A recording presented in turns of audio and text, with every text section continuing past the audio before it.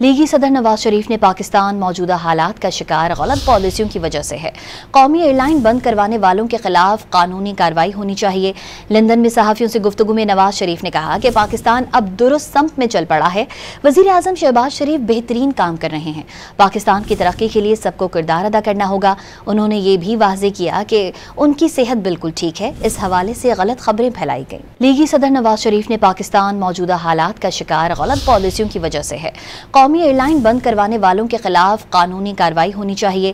London में सहाफियों से गुफ्तगू में नवाज शरीफ ने कहा कि पाकिस्तान अब दुरुस्त सम्त में चल पड़ा है। वजीर आजम शहबाज शरीफ बेहतरीन काम कर रहे हैं।